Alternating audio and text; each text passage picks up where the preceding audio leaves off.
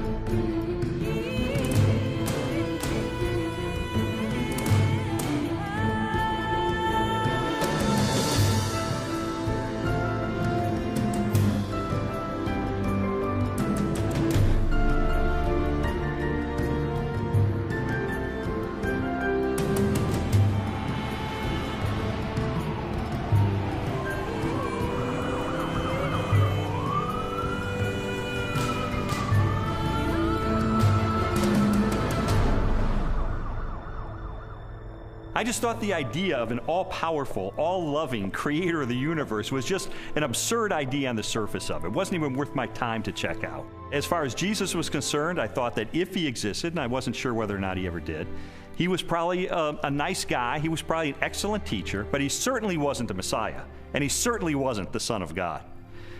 Now, my wife was more in spiritual neutral. She was more of an agnostic, whereas I was more antagonistic toward Christians. I just didn't know where all the pieces fit together. I didn't know who Jesus was or how he fit into the picture. Lee was antagonistic towards God. I was simply confused. There really was no room for God in my relationship with Leslie when we were dating and when we got married, but you know what? We were happy. We didn't have any problem with that. When I first started going to church, Lee responded very negatively. He basically told me that this is not what he had signed up for, that when we had gotten married, he had life planned in a way that did not involve church. My biggest fear with Leslie was that she was going to turn into some religious prude or something, and I thought nothing good can possibly come out of this. But even though I had all these negative ideas of things that were going to happen, in the ensuing months I began to see positive changes in her character and in her values and the way she related to me and the children. And it was winsome and it was attractive. And so when she invited me to go to church with her on January the 20th of 1980, I thought, you know what, I'm going to go. Get her out of this cult, that she's gotten involved in. He did go in with his reporter's notebook so he could take notes and try to find the scandal. Well, the pastor gave a talk that day called Basic Christianity, and he just systematically laid out what it is that Christians believe. And my mind was blown because I had all these misconceptions, and he really did straighten me out on a lot of things. And I remember walking out that day saying two things. First of all, I was still an atheist. He didn't convince me that day that God exists. But secondly, I realized if this is true, this has huge implications for my life. Lee's approach was very different from mine. Mine was mostly a heart issue. I wanted to know that God was real, and the way that was real for me was experientially. And for Lee, it was more about documentation, about being able to have facts that proved it true. Well, I was a journalist, so there was really no problem with me picking up the phone and calling a scholar and saying, hey, I'm Lee Strobel, I'm with the Chicago Tribune. I'd like some background information about the New Testament. And so I would do that, and I thought it was going to be so easy to expose the fallacious thinking behind Christianity. But as it turned out, it took me almost 2 years of my life to investigate these issues. It really was, in a sense, the most exciting story I'd ever pursued as a journalist. I think, unfortunately, because the documents, the New Testament and specifically, were written so far after Jesus' death, that it's really hard to say. I don't know myself that it was real. I was not there, but people were there at that time. So their account of things that happened back 2,000 years ago has been passed down. As an attorney, I rely on evidence. And so, you know, it would be tough to get evidence at this late date. Well, I began my investigation by looking at the gospel accounts. How did I know that the New Testament was telling me the truth when it talked about Jesus? Now, obviously, I didn't accept the New Testament as being the inspired Word of God. I certainly didn't accept it as being inerrant.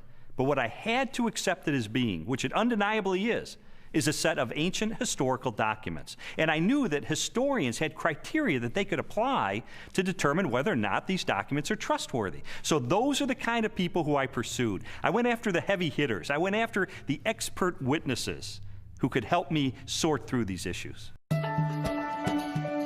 J.P. Moreland, Biola University. Mark Strauss, Bethel Seminary. Craig Blomberg, Denver Seminary.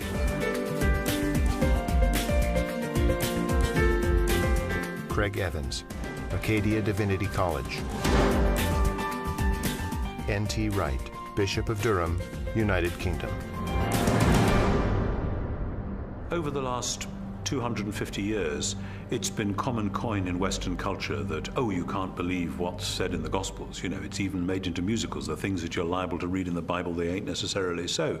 And that skepticism has wormed its way into much modern culture and indeed into many Christian circles, many church circles, where they'll say, well, Matthew probably made this bit up, or Luke just added this bit on the end of the parable, or whatever it is.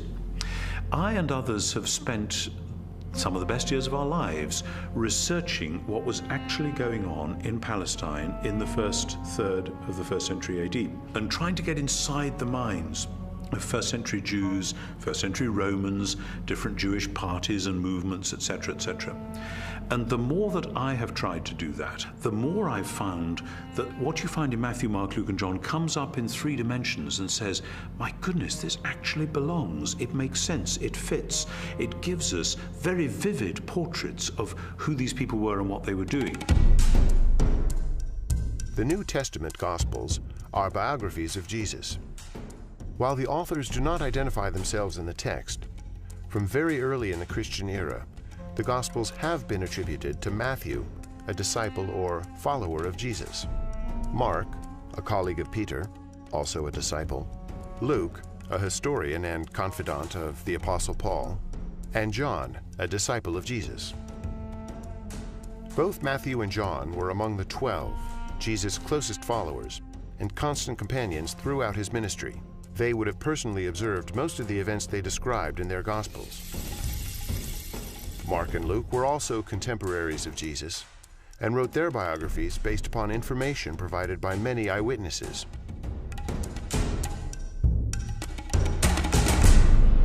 I knew from my years as a legal journalist the importance of eyewitness testimony.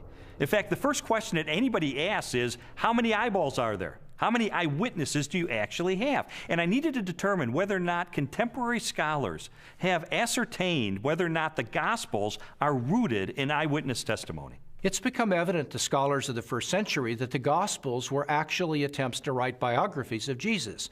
Now, not in the modern sense, because the Gospels are not particularly interested in his early years.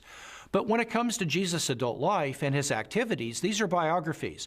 They're very clearly attempts by eyewitnesses to describe exactly what Jesus said and did, and the consensus of New Testament scholarship has moved in that direction. Many have undertaken to draw up an account of the things that have been fulfilled among us, just as they were handed down to us by those who from the first were eyewitnesses and servants of the Word. Luke chapter 1, verses 1 and 2. Luke's gospel begins with a prologue. It's actually one of the finest Greek sections in the whole New Testament. Luke was clearly a literary artist. But in that prologue, he points out that he has carefully investigated the material that he presents in the Gospels, that he's checked with eyewitness accounts, those who are actually present. If you read that prologue and you see this is the work of a historian, this was someone who has done his research. Therefore, since I myself have carefully investigated everything from the beginning, it seemed good also to me to write an orderly account for you, most excellent Theophilus, so that you may know the certainty of the things you have been taught, Luke chapter 1, verses 3 and 4. You have to understand that people in the first century valued eyewitness testimony. And this is why, from the 2nd century on, it was important to the early church fathers that the people who were alleged to have written the Gospels actually wrote them, and that they were eyewitnesses of the things they wrote. We have actually very early attestation of the authorship of the Gospels. The early church father Papias, for example, as recorded by the church historian Eusebius, identifies Mark's Gospel as essentially the eyewitness account of Peter. Well, Papias was a disciple of the Apostle John, so we are only one generation removed from Jesus himself. That's a pretty close testimony, and strongly suggesting that, in fact, the Gospels are based on eyewitness accounts. Now, of course, it's not what you would have seen if you had a video camera there, because, after all, if you put a video camera on a street corner, even in Washington, you'd get politicians coming to and fro. You wouldn't actually have a story that would make sense. You'd have a string of random, unsorted events. That doesn't mean that none of it happened, that it's all made up. It's just to acknowledge what is blindingly obvious, that it has been edited and no doubt shaped by the needs of the community, because people tell the sort of stories that they want to tell, because this matters to us urgently here and now. Most historians date Jesus' birth between the years 7 and 4 BC, and his death no later than AD 33. Jesus' public ministry began with the choosing of his disciples and lasted approximately 3 years, culminating in the Passion Week and his trial and death. Scholars generally agree that the Gospel of Mark was written first, sometime between the years 60 and 75 in the 1st century. Matthew and Luke were probably authored shortly after, followed by the Gospel of John. The New Testament Gospels are by far our earliest and most reliable records of Jesus of Nazareth. All of the New Testament Gospels were written in the 1st century. Not only are they remarkably close to the events themselves, but in fact, eyewitnesses are still around. If they were passing on untruths, if they were not passing on reliable history, then we would expect eyewitnesses to say, wait a minute, this isn't what happened. But eyewitnesses are around. Eyewitnesses could confirm what they said. All of the gospel writers either were eyewitnesses or interviewed eyewitnesses to gain the information that they gained about Jesus Christ. As I scrutinized the gospel accounts even further, I realized that it was important to find out not just whether or not the information was rooted in direct and indirect eyewitness testimony, but I needed to know, was this information reliably preserved during the time period before it was finally written down? We have to put ourselves into the ancient world without modern media, without even a print-based culture in which the only and the standard way of preserving information was through oral tradition, most of which was memorized. Young rabbis were often forbidden to comment on a passage of Scripture until they had memorized it perfectly. In fact, it was not uncommon for rabbis of Jesus' time to commit the entire Torah to memory. I've sometimes heard people say, look, I've been in a situation where I whisper something to someone, they whisper it to someone else, and it goes through 10 or 11 people, and by the time the last person tells what was said, it's totally different from what I told the first person. And we can't trust the Gospels for the same reason, because it was transmitted over a long period of time. That illustration is really a bad analogy, and you have to understand that the 1st century apostles who passed on information about Jesus were deeply concerned to get this information correct, because they saw it as sacred holy tradition. It wasn't about what Joe was eating for dinner last Wednesday night. In our day of instant media and everything has to be on film or tape recorded, we are more skeptical of oral tradition, but we don't really understand the nature of oral tradition. Oral tradition is a community event. A story is passed down by individuals within that community. Well, if they get it wrong, you've got an entire community that's going to correct them.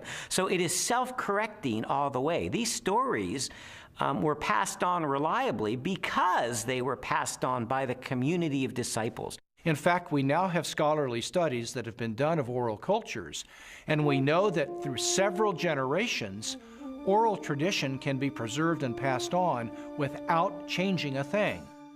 Even though I became convinced that ancient cultures could pass along oral tradition reliably over time, I still had an obvious objection to the New Testament, and that was, isn't it really filled with contradictions?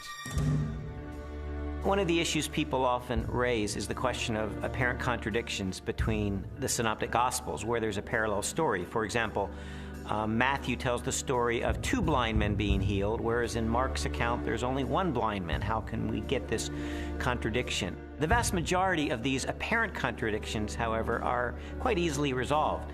Mark describes only one of the 2 blind men, the one who is most prominent, obviously, or perhaps even the one who became a disciple of Jesus and became prominent in the later church. So most of these apparent contradictions are quite easily resolved. Had every single account given us exactly the same detail, we might have accused them of some form of collusion, of having gotten together and carefully planned out how they were always going to tell the story with the exact number of details, but then one doesn't have independent testimony at all. It's natural when you have multiple eyewitnesses to the same event. You're going to get different perspectives, and that's okay. You want that. What you're looking for is a core to the testimony that's the same, that's consistent, even though there may be some variation in the incidental details. If you're in a court of law and you have multiple witnesses come in and testify to the exact same thing, the first objection that's brought up is to say collusion. They got together, they orchestrated their testimony, and their credibility is shot. The earliest known copies of the Gospels were written on sheets of papyrus and scrolls made of animal skins. They are among the oldest existing manuscripts of antiquity. The Codex Sinaiticus was authored between AD 330 and 350. It contains almost all of the New Testament and a significant portion of the Old, while the Codex Vaticanus from the same era is a nearly complete Greek copy of the entire Bible. A papyrus fragment from the 18th chapter of John dates to AD 125, less than a single generation after the Gospel was originally written. When I found out that we have no original survivors of the manuscripts of the New Testament, I became very skeptical. Because if all we have are copies of copies of copies of copies of copies, then how do we know that what we possess today bears any resemblance to what the original said? We have better manuscript attestation for the New Testament than any other ancient document. For example, the Bible of the Greeks, Homer's Iliad, is preserved in maybe 600 manuscripts, the oldest of them 1,000 years after the document was actually written. The New Testament, we have something like 5,000 Greek manuscripts. So everyone agrees, whether liberal or conservative, that we have an incredibly reliable New Testament. We have thousands of manuscripts of the New Testament. We also have virtually the entire New Testament preserved in the quotations of the Church Fathers in the first 4 centuries, so that if we had no copies of the New Testament, we could reconstruct the New Testament from quotations from the early Church Fathers. Following the pattern of my investigation, my next step was to determine whether or not there was any evidence outside the New Testament that corroborates what the New Testament tells us.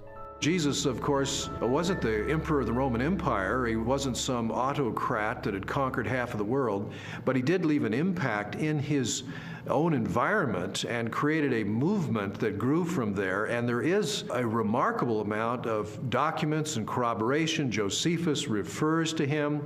The Roman historian Tacitus refers to him. Suetonius, the political writer, refers to him. Critics refer to him. And so it's like a stone thrown into a pond. The ripples go out and everywhere are felt. It's a very impressive record taken as a whole. In AD 93, the Jewish historian Josephus published his work, Antiquities of the Jews. Scholars generally agree that the following text accurately records Josephus' record of Jesus. Now there was about this time Jesus, a wise man, for he was a doer of wonderful works, a teacher of such men as received the truth with pleasure. He drew over to him both many of the Jews and many of the Gentiles. When Pilate, at the suggestion of the principal men amongst us, had condemned him to the cross, those that loved him first did not forsake him, and the tribe of Christians, so named for him, are not extinct to this day. In a court of law, the rebuttal case is an opportunity for the other side to present their evidence.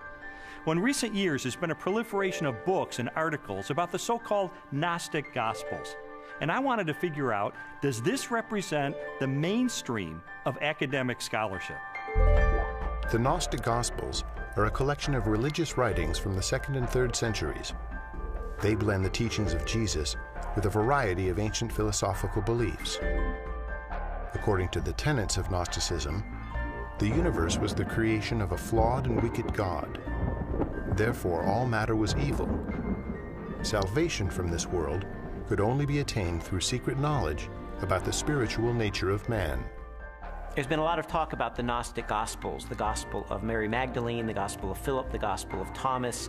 These documents are almost universally recognized to be much later than the New Testament Gospels and not to record historically reliable material related to Jesus. Well, the New Testament Gospels give us a portrait of an early 1st century Palestinian Jesus of Nazareth. The Gospels from the 2nd century, which are mostly Gnostic Gospels, such as the Gospel of Judas, or the Gospel of Thomas, or the Gospel of Philip, or the Gospel of Mary, they give us a very different Jesus.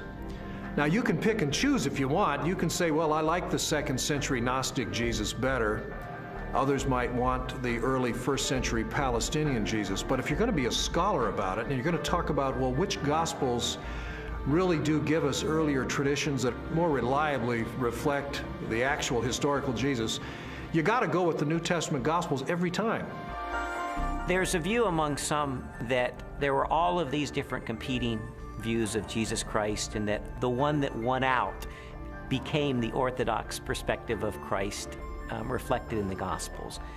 All the evidence runs contrary to that. Jesus was a 1st century Jewish teacher who revealed and demonstrated himself to be the Messiah. That's the presentation we get in Matthew, Mark, Luke, and John, the New Testament Gospels. These later Gospels, these Gnostic Gospels, present a very different Jesus, almost a Greek philosopher, an esoteric Gnostic Jesus. It's clearly not the authentic historical Jesus. What I've come to discover is that the Gospels in the New Testament, Matthew, Mark, Luke, and John, are our best sources for Jesus. And I've also found that they are reliable, and that from these sources we can form a picture that I believe is very accurate, that tells us about Jesus, what he taught, how he was perceived by his contemporaries, and what his life was really all about. Everything from Jesus' parables to his healings, to his controversies, to his warnings, and all of that, the reason they were telling this stuff is that not just it was good advice for them in their own day, but that it actually mattered, that it actually happened. And if it hadn't happened, you're into a totally different worldview, a worldview which is about ideas, which is about self-realization, hugely popular in our culture just now, discovering who I really am. You know, for goodness sake, Jesus didn't come to help me discover who I really am. He came to tell me who he knew I really was and to do something about it. And that's much better news. After a while, as the evidence would accumulate more and more, it was like there were these scales and they began to tip increasingly. And I began to go from a hard-hearted, cynical atheist to someone who was still skeptical, but who was more open-minded, maybe more of a spiritual seeker, someone who was willing to follow the evidence wherever it took me.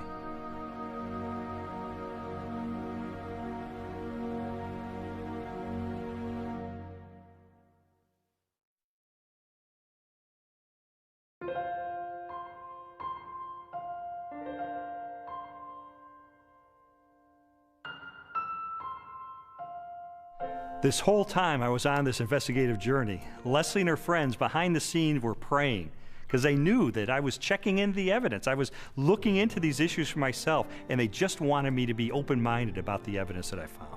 I was feeling like my whole world was opening up into something new and way more exciting and fulfilling than what we had been on. And it was that frustration of trying to help him to recognize that that was the case. Well, Leslie tried several things during this period to try to spur me on in my investigation. It didn't help very much. For instance, she would leave Bible tracts around the house, or she would take a Christian book and highlight certain passages and leave it open on a coffee table, things like that. And it really didn't help. And I told her it was not helping, and she understood that. But I think sort of the whole time she was holding her breath, because this was not a very smooth investigation.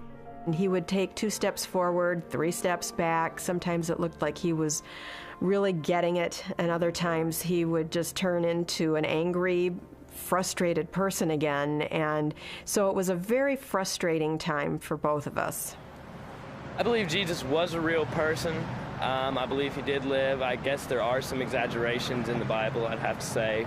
I don't believe we'll ever know if Jesus was really what everyone thinks he is. I think it's a lot of folklore. I think it's a lot of historical misrepresentations. I think it's a lot of wishful thinking.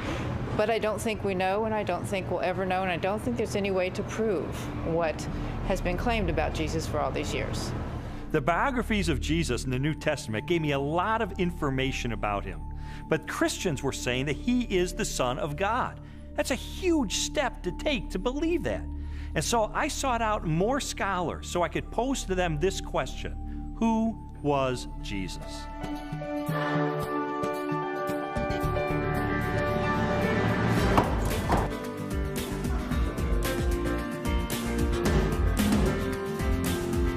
Michael Rydelnik, Moody Bible Institute.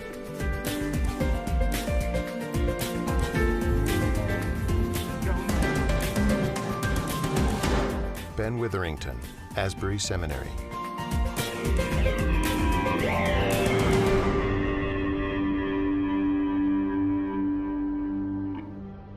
Now, this is one of the things I love about Jesus, and it says something to us. His identity is complex. He can't be pigeonholed. He fits no one formula. There's a lot of aspects to who he is.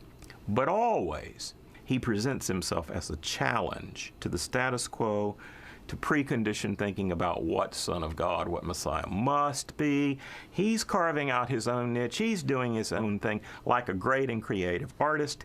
He is not simply replicating anything from the past. He is taking bits and pieces of prophecies and ideas and wisdom literature and law and you name it, and he's made a whole new gumbo. And he's serving it up, and people don't know what to think. He goes in a synagogue and says some of this stuff, and they go, wow, a new teaching, and with authority. Shazam! Amazingly, people say, you know, no one teaches like him because he spoke with his own authority. Our sages, our rabbis, always taught that you have to teach in the name of someone else.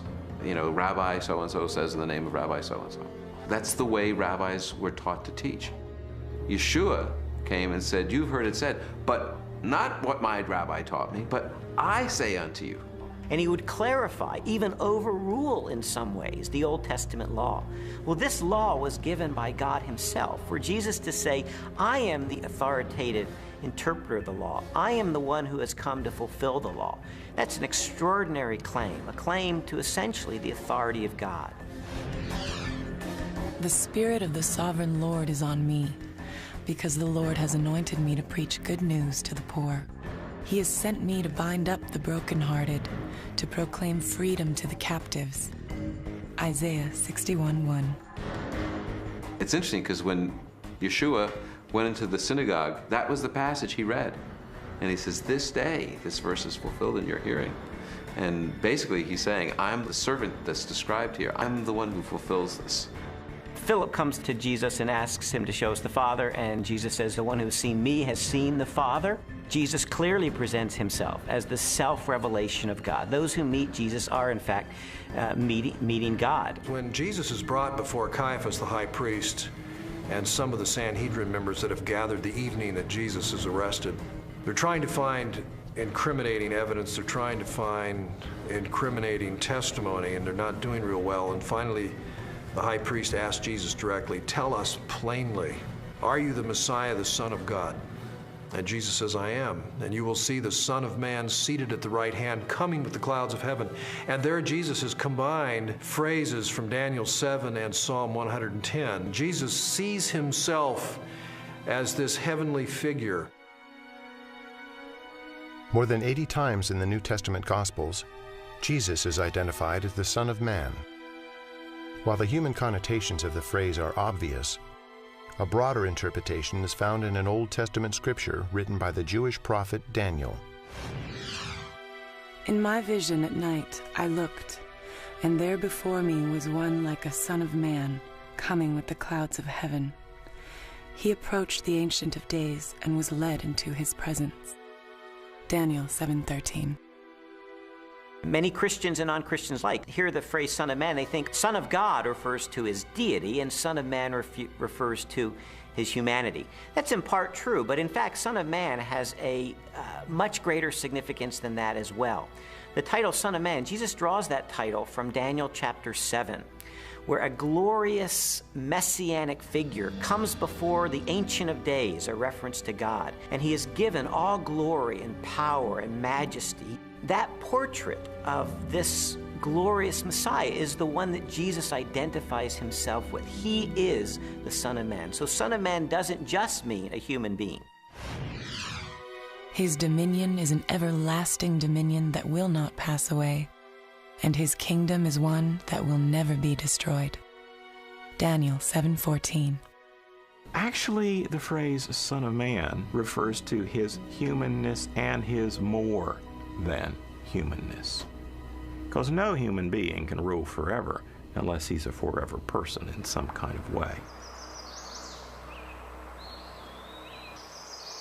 In addition to the claims that Jesus makes about himself in the New Testament, there are also reports that he performed the miraculous, that he walked on water and healed the sick and turned water into wine and raised the dead and did exorcisms. And so I had to know, is there evidence that these miracles are a result of his divine nature? Jesus' contemporaries, that is people who liked him, people who were indifferent, neutral, and people who opposed him, all acknowledged he did extraordinary things. Now, of course, the people who liked Jesus and believed in him and followed him said Jesus did these powerful works because of the Spirit of God. People who opposed him would say, well, I admit he does these amazing things, but it's because the devil is helping him. The Talmud actually speaks of some of these things.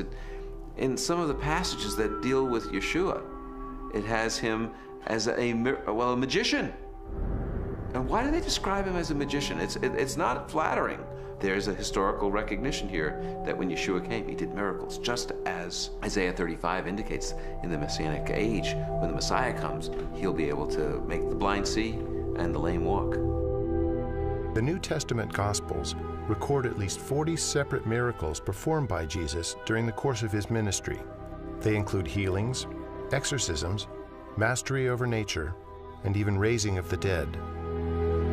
Christian theology has always held that these miracles are part of a total picture that displays the attributes of God himself: unlimited power, total knowledge, ever-present, unchanging, eternal. There's no question that the biographies of Jesus describe him as a worker of mighty deeds. But I wanted to know, does this make him any different than the other miracle workers and magicians of the ancient world? Miracle workers that we find occasionally in the first century are magicians. They use incantations, they use spells, they try to coerce gods or divine figures to work on their behalf. That's very different than Jesus' miracles. Jesus' miracles were to demonstrate the power of the kingdom of God. When he healed the sick, he pointed back to Isaiah's prophecies that when God's kingdom would come, when God's salvation would come, the lame would walk, the blind would see. This was the demonstration that God's kingdom was arriving. He's an exorcist. You don't find any of those in the Old Testament. People were not looking for messianic exorcists. He carves out his own niche. He reveals his identity in his own way. It becomes clear that he is somebody who can take on the powers of darkness himself and win. What kind of person is that? And he doesn't have to use recipes and formulas like other ancient exorcists. He can just call the demon by name and that boy's out of there. One of the most astonishing things that Jesus did was when he claimed to forgive sins. In Mark's Gospel, chapter 2, a man is brought to him, a paralyzed man, and the crowds around him are expecting Jesus to heal him. But instead, the first thing Jesus said is, "Your sins are forgiven." Only God forgives sins. Now, some might say, well, Jesus may have been forgiving sins on behalf of God. But in fact, that's not the way his listeners understood him, because immediately the religious leaders responded to that. Who is this that forgives sins? Only God forgives sins, they claim. But Jesus claims the ability to forgive sins. And that to confirm that he has that authority, he then heals the man. And so a very obvious question arises. That is Jesus the Messiah, the Christ, the Anointed One, the one sent by God to be the Savior of Israel and the world? Christians told me that there are dozens and dozens of ancient prophecies contained in the Old Testament of the Bible, and that they predict the coming of this Messiah, and that Jesus, against all mathematical odds, fulfilled those prophecies. And I thought, this is a little bit like the fingerprint evidence you see in a court of law. I remember covering one particular case where the murderer went through the purse of the victim, and he left one thumbprint on the cellophane wrapper of a package of cigarettes. And it was that thumbprint that led to his conviction for murder. And I thought, in an analogous way, could it be that these ancient prophecies are sort of like that thumbprint on the cellophane? Do they create a thumbprint that only Jesus Christ in all of history manages to match?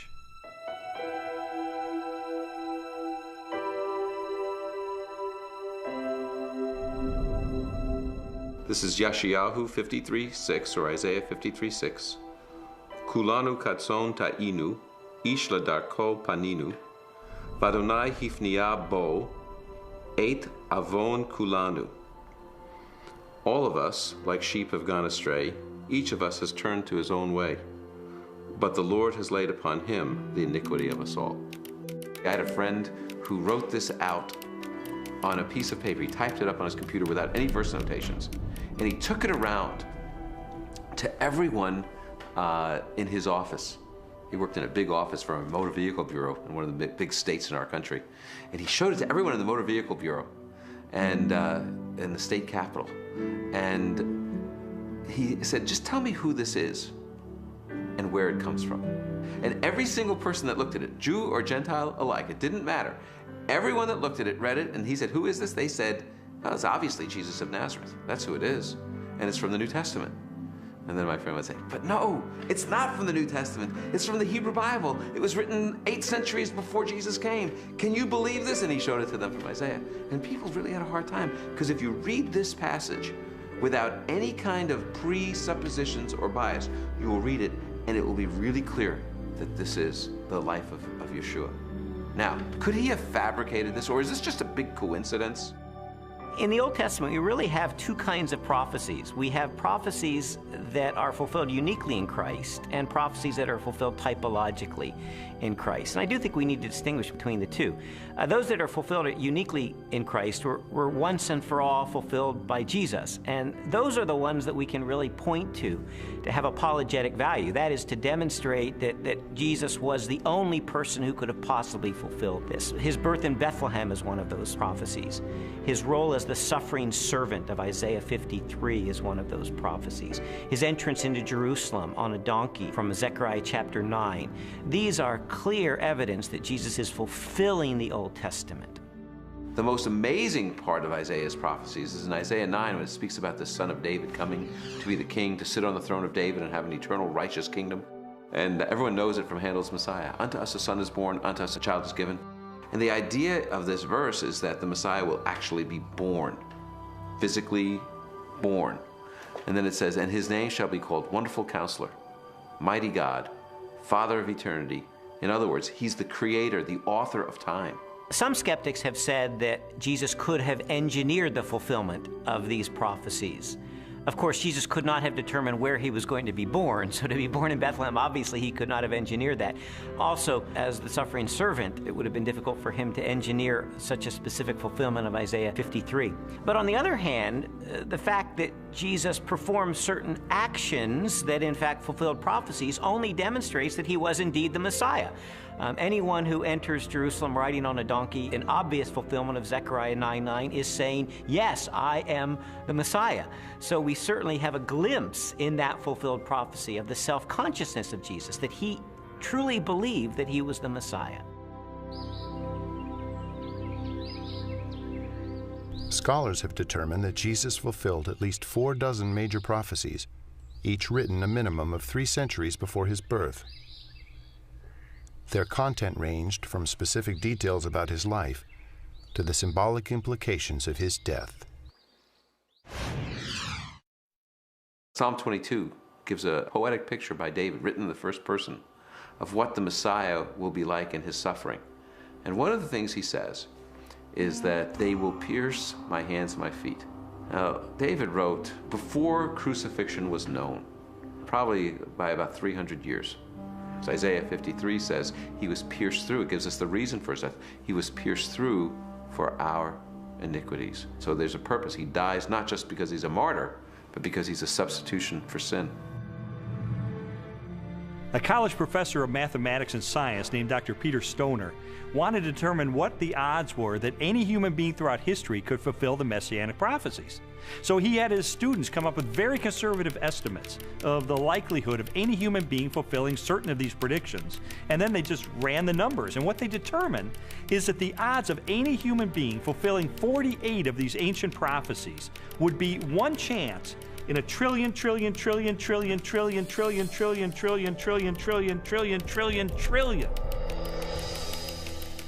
It is mathematically virtually impossible.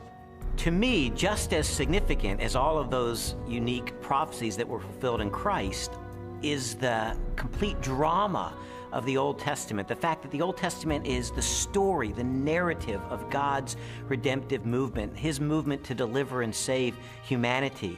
And Jesus is the climax of that movement. He is the climax of salvation history, the one who brings it off to fulfillment. You read the Old Testament, it's building, building, building.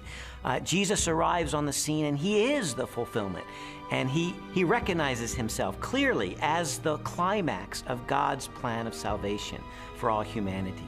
This whole case was sort of like one of those jigsaw puzzles where you don't know what the ultimate picture is going to be. You just put together the pieces, and as I was putting together all of the evidence, it started to take shape, and I sort of stepped back and I could see that it was a portrait of Jesus Christ.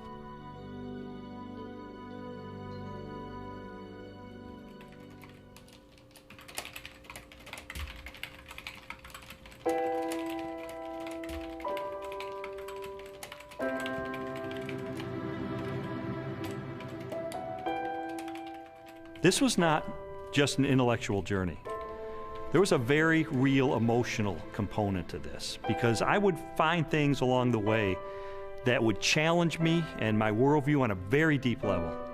And I would recoil from it, and I wouldn't want to believe it. And I mean, there were so many reasons why I didn't want there to be a God, because I did not want to be held accountable for my life.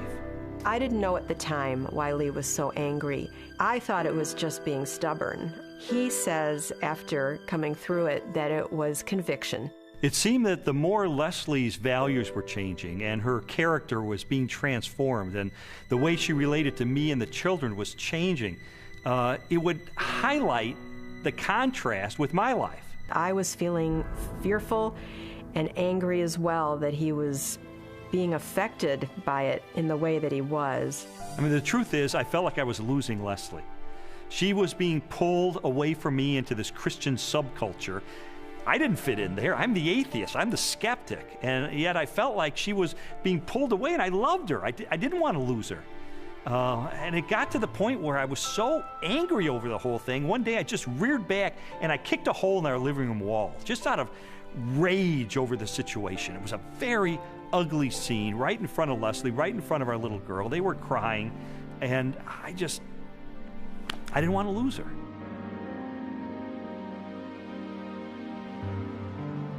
Jesus's body was never found. And so, yeah, and they predicted it. Well, you know, he talked about it, and it was predicted, and it happened. I mean, it's this easy. It's as simple as that. We just tend to complicate it, man. No, not physically, not his physical body. So when they came the following morning and rolled back the great stone in front of the tomb, and he wasn't there. No, it must have been dark in that. I don't know. They must have missed him. No, I don't think physically a physical body can rise. I don't think that he was yanked out of that, or physically walked out and walked down the street and met with him. It just doesn't make any sense to me. For more than a year, I'd investigated the historical record for the reliability of the New Testament. I'd looked at the identity of Jesus. But now it was time to look at the ultimate evidence for who he really was, the purported resurrection of Jesus from the dead. And for that, I went to the best scholars that I could track down.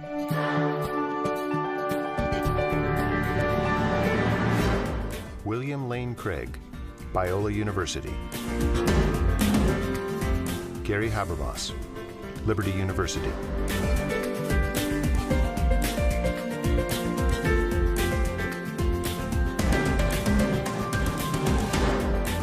Michael Licona, North American Mission Board.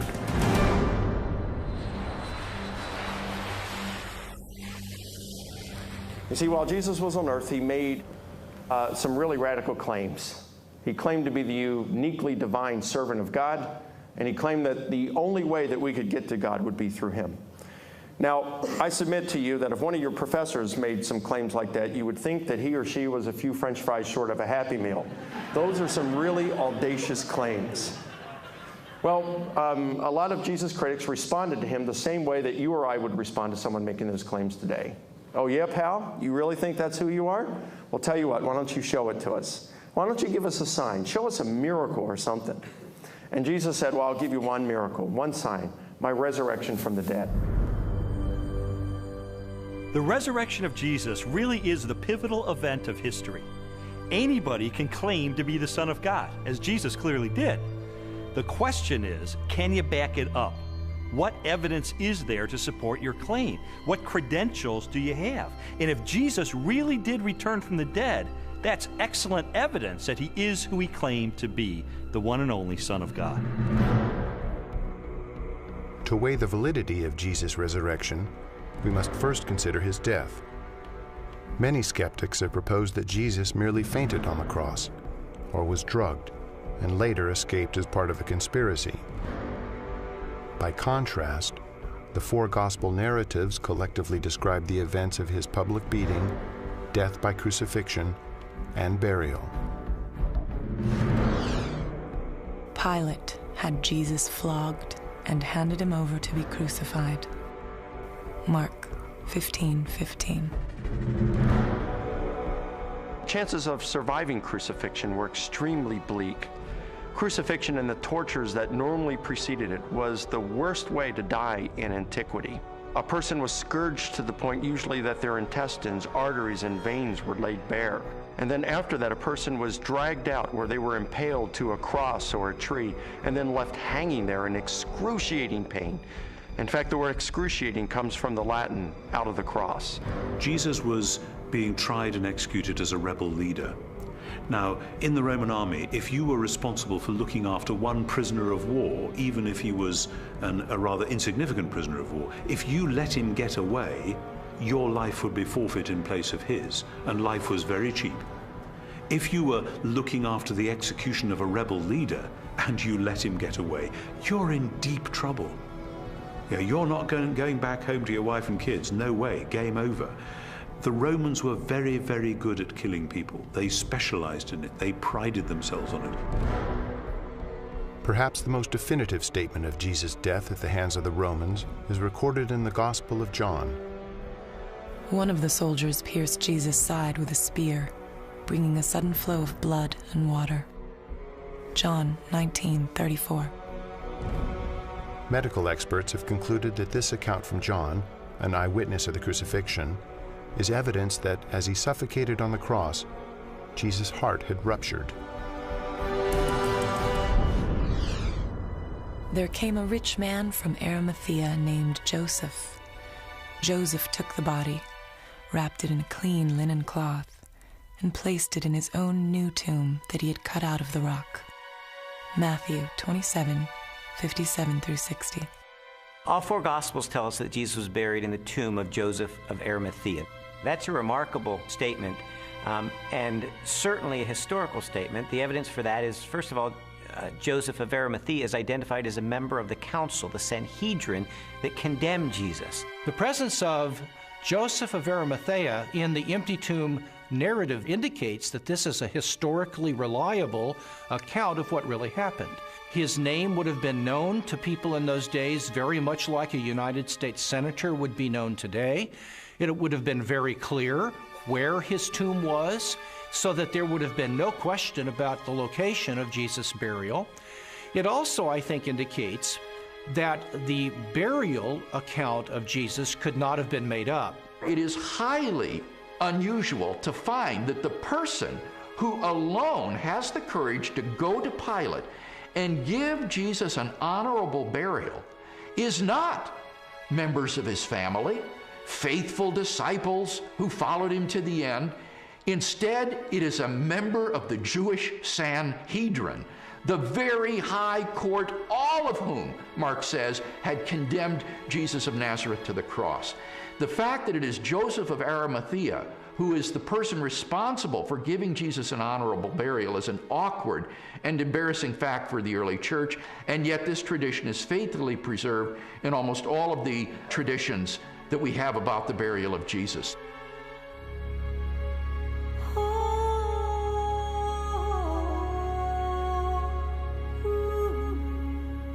If Jesus really was killed by the Romans, if his body really was buried in the tomb of Joseph of Arimathea, then the next focus of my investigation became obvious. On the first Sunday after the crucifixion, was the tomb of Jesus Christ really empty? On the first day of the week, very early in the morning, the women took the spices they had prepared and went to the tomb. Luke 24:1. The empty tomb story also has a very embarrassing feature of it that is preserved in the memory of the early church, namely the discovery of the empty tomb by women. Now, in order to appreciate this, you have to understand something of the status of women in Palestinian Jewish society. In that society, which was a patriarchal society, women were frankly second-class citizens. If you were going to invent an account about an empty tomb, then why on earth would you invent witnesses, primary witnesses, whom no one would believe? In fact, they would scoff at that later on. Supposing you were inventing the story of the resurrection of Jesus, many people have said, oh, this was all just dreamed up later on. Well, how would you have done that? The one thing you wouldn't have done would have been to have not only a woman, but a woman who's got nobody quite knows what, but a fairly shady past, as your prime witness. And yet there she is, Mary Magdalene, in Matthew, Mark, Luke, and particularly in John. And already by the middle of the 2nd century, the pagans are sneering, oh, this is just based on the testimony of hysterical women, you can't believe that. But the early Christians stuck to their story, they stuck to their guns, they stuck to the women. They said, this is how it was. Now, they just would never have made that up.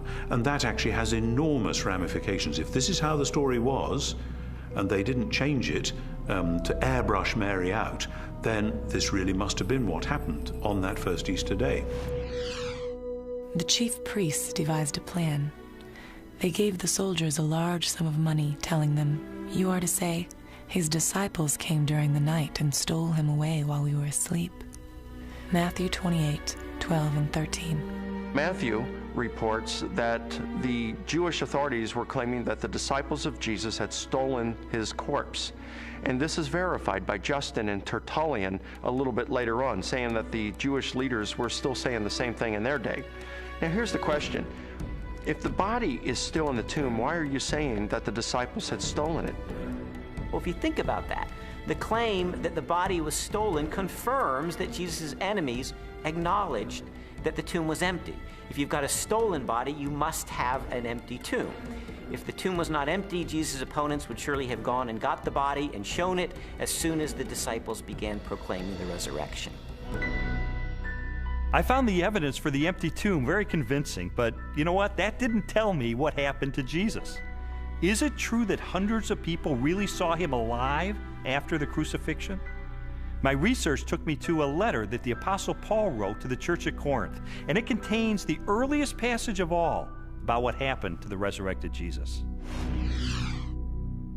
He was raised on the third day. He appeared to Peter and then to the 12.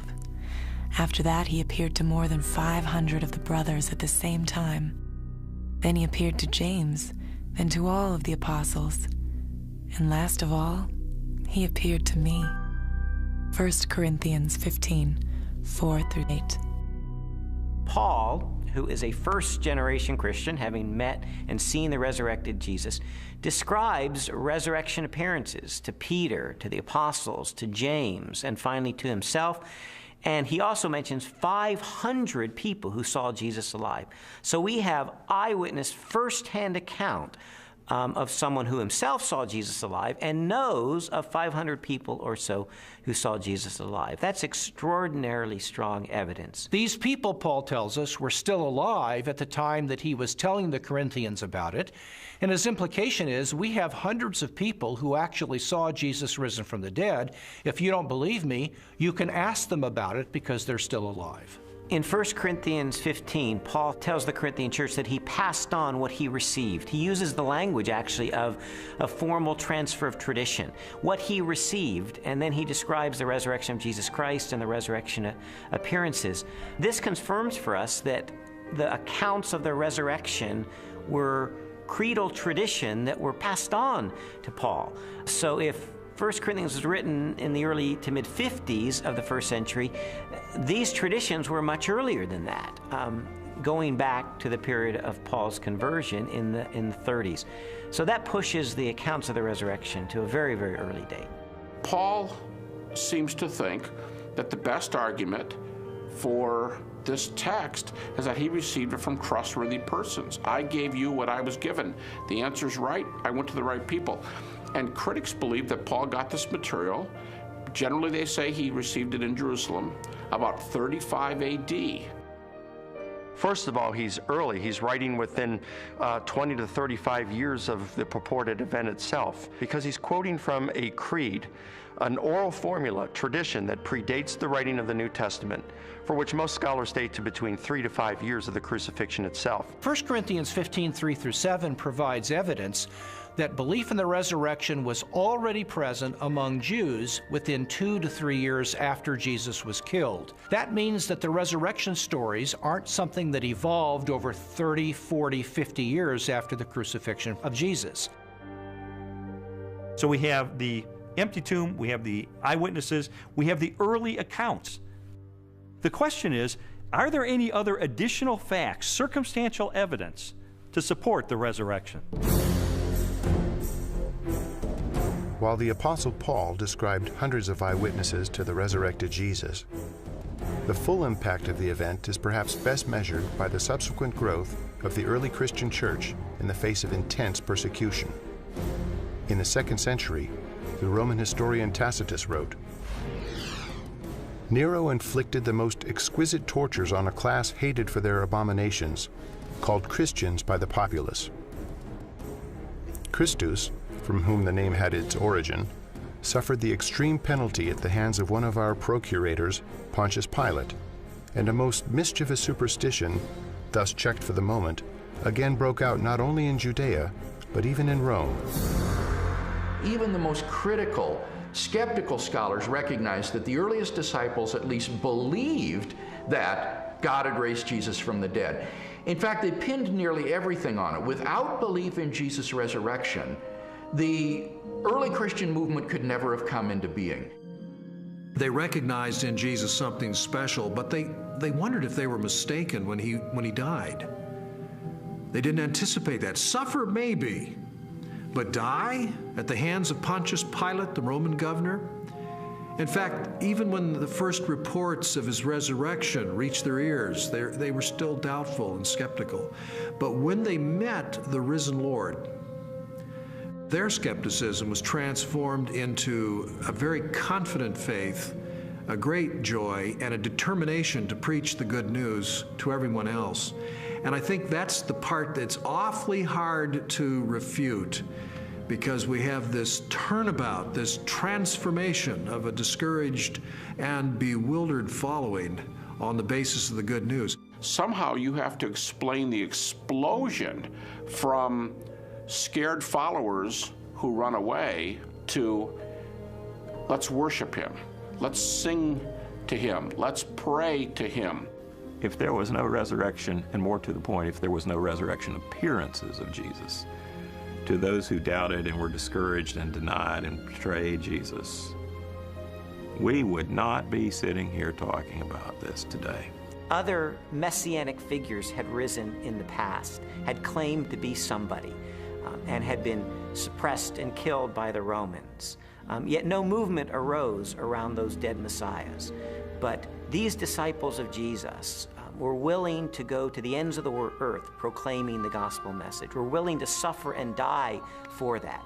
The transformation from a bunch of defeated cowards to boldly, fearlessly proclaiming the gospel, even to the point of death, to me confirms that something happened on that first Easter morning. I have worked much harder, been in prison more frequently, been flogged more severely, and been exposed to death again and again. 2 Corinthians 11:23. After Jesus' crucifixion, the disciples lived lives of hardship for 20, 30, 40 years, suffered greatly in their ministries, and eventually suffered martyrdom and execution without recanting for their belief that they had seen Jesus risen from the dead. I mean, what were they gaining? Were they becoming rich? They're running around the countryside. They're, in some cases, abandoning their family for periods of time so they can preach. What they got for their efforts is death, in many cases. You also have to remember that the disciples died not just for something they believed was true. They died for something they actually saw with their own eyes. It's much more difficult to explain that away than it is for someone who dies for a belief and they're sincerely wrong.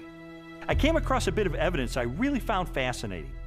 James was a half-brother of Jesus, and he was not a believer in Jesus during Jesus' lifetime, but he later died the death of a martyr as a leader of the local church. In a similar way, Saul of Tarsus was a persecutor of Christians, and yet he later becomes the Apostle Paul, this incredible missionary. So I had to ask myself, what led to this radical transformation of these skeptics? Sometimes people will come to believe something they wish to be true. If you believe hard enough that a person is loving and kind, you can talk yourself into believing that, even though the person is not loving and kind. It's very, very difficult, however, to explain people coming to believe something that they're actually standing against. Now, in the case of James and Paul, they did not believe in Jesus before his crucifixion. In fact, they thought he was deranged, and they did not accept what he said and what he taught. James, the brother of Jesus, is a skeptic who doesn't come to Jesus until he meets the risen Lord. Critics allow that. Paul's a persecutor till he meets the risen Jesus. That's not the kind of testimony of someone who all gets together and say, hey, let's just cook this thing up.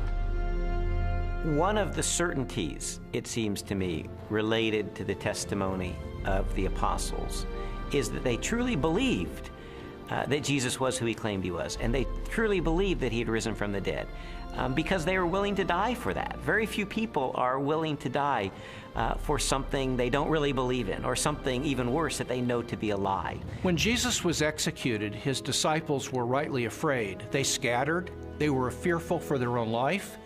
Their hopes had been dashed because they had believed Jesus was the promised one who was going to usher a new day in for Israel. Turned out he wasn't, because he was murdered by crucifixion under the authority of the Roman Empire. And yet, shortly thereafter, we find them taking a stand in Jerusalem proclaiming that Jesus was the Messiah, the very Son of God. How do we explain that? How do we explain the fact that they were even willing to propagate this the rest of their lives and go to martyrs' deaths for their belief? The only rational explanation is that something happened to them between the death of Jesus and 3 days later, and according to their own words, it was that they saw Jesus risen from the dead for themselves. People have often said, and I think it's a perfectly fair position, that okay, there aren't actually any good alternative hypotheses for how you explain the rise of early Christianity, but because we know as an absolute fact which we're not prepared to let go of, that nobody ever rises from the dead, then there must in fact be some other alternative hypothesis. And I want to say, okay, if you want to make the absoluteness of bodily death the cornerstone of your entire worldview, I actually can't stop you. If you choose to say, no, here I stand, death is the end, and nobody ever comes back from it, and that's just the way it is, well, that's where a lot of people were in the ancient world, it's where a lot of people are in the modern world. I think that that worldview is radically challenged by the strong evidence which points to the resurrection of Jesus, but it's up to somebody what they do with that challenge.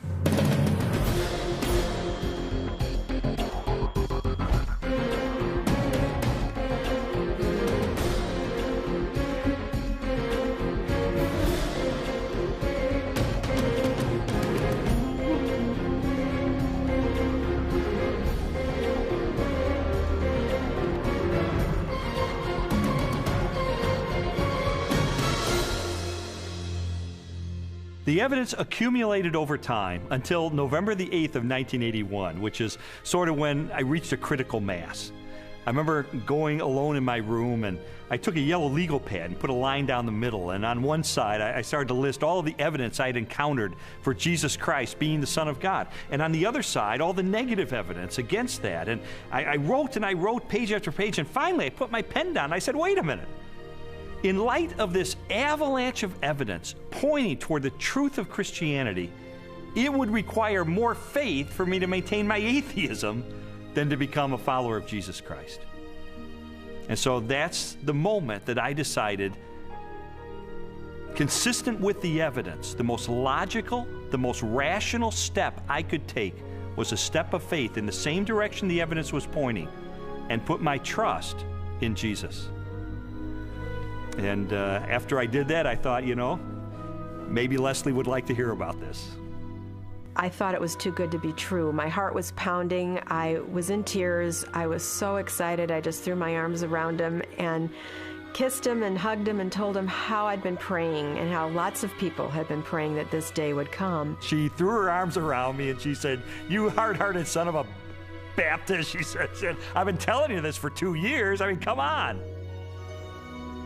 And that began a transformational process for me, where over time, my philosophy and my attitudes, relationships, parenting, worldview, all of that began to change over time for good, really for good.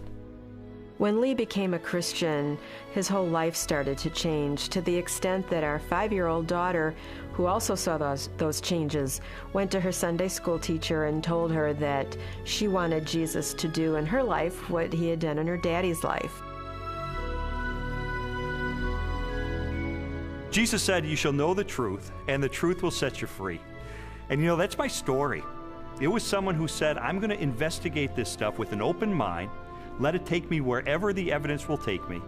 And what I discovered in the end is Jesus made the claim that he is the truth, that everything hinges on his identity. In fact, everything hinges on the resurrection, because anybody can claim to be the Son of God.